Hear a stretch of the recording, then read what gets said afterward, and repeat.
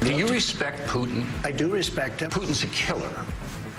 A lot of killers. We got a lot of killers. Why, you think our country's so innocent? Donald Trump says he respects President Putin in an interview aired on Fox News, a statement which doesn't sit well with Western media outlets. France's National Front leader Marion Le Pen has launched her presidential campaign in Lyon. RT speaks exclusively to her niece and member of the party, Marion Le Pen. For now, we are the only power in French politics that is pushing forward the sovereign project. And worries over a new refugee center opening in the German city of Leipzig sees nearby locals fencing off their apartments as they fear for their security.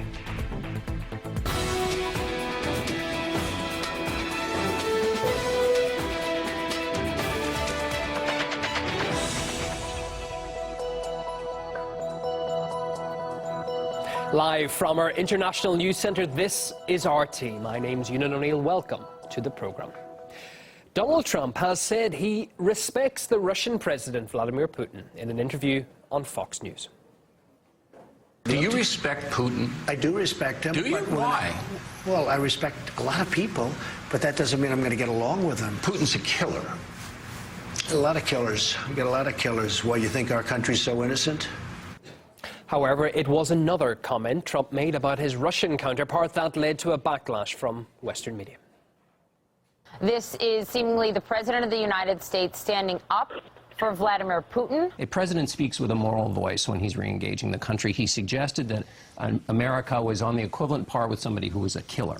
Another day, another anxiety attack. So what did he say this time?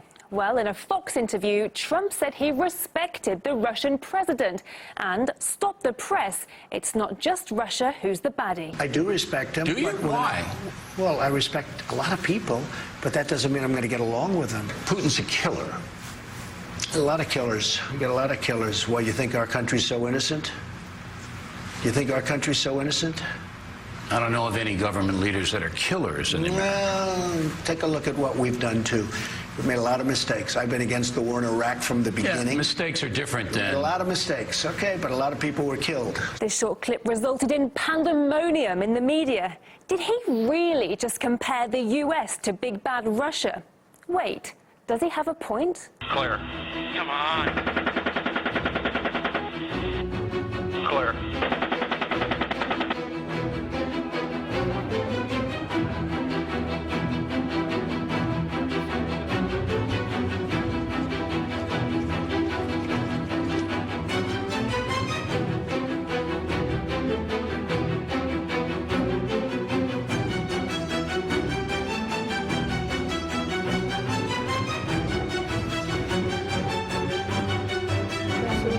I asked Obama to bring my dad back to life.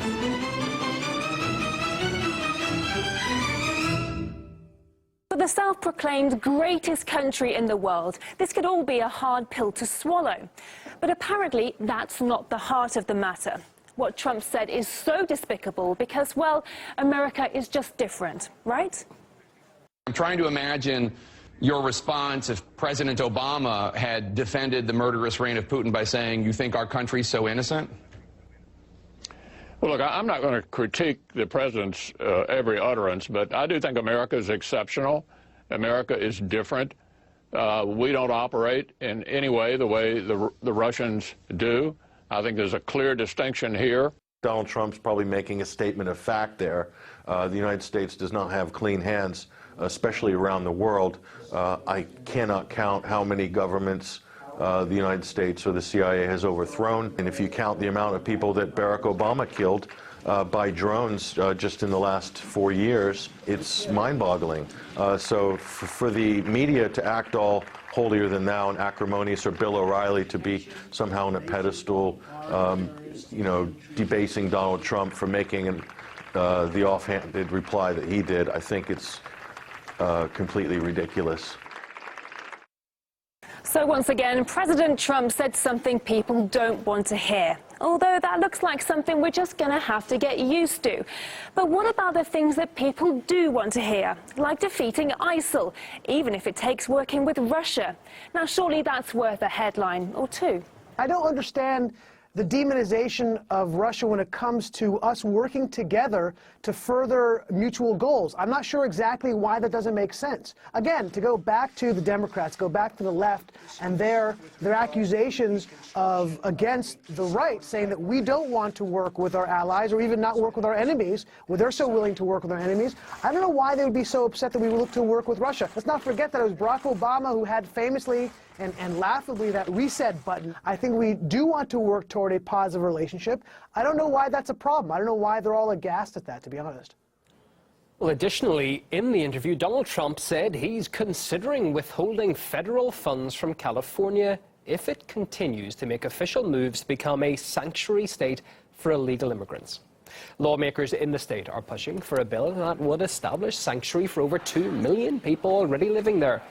Riots broke out at the University of California, Berkeley last week over a speech against so-called sanctuary campuses meant to protect undocumented immigrant students. Meanwhile, authorities in San Francisco have written a letter to Homeland Security saying they have no intention of complying with the president's executive orders on immigration. And a petition seeking California's independence from the U.S. has seen a surge in signatories since President Trump took office. We must prepare for very uncertain times and reaffirm the basic principles that have made California the great exception that it is.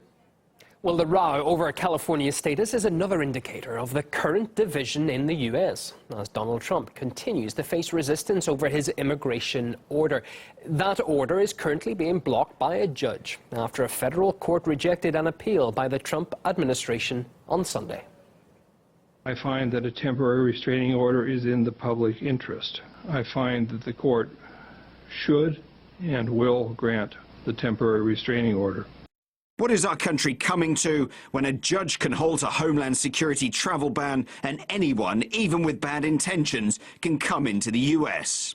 It's obviously a historic decision and an important one for the rule of law and for the people of the state of Washington and the people of our country.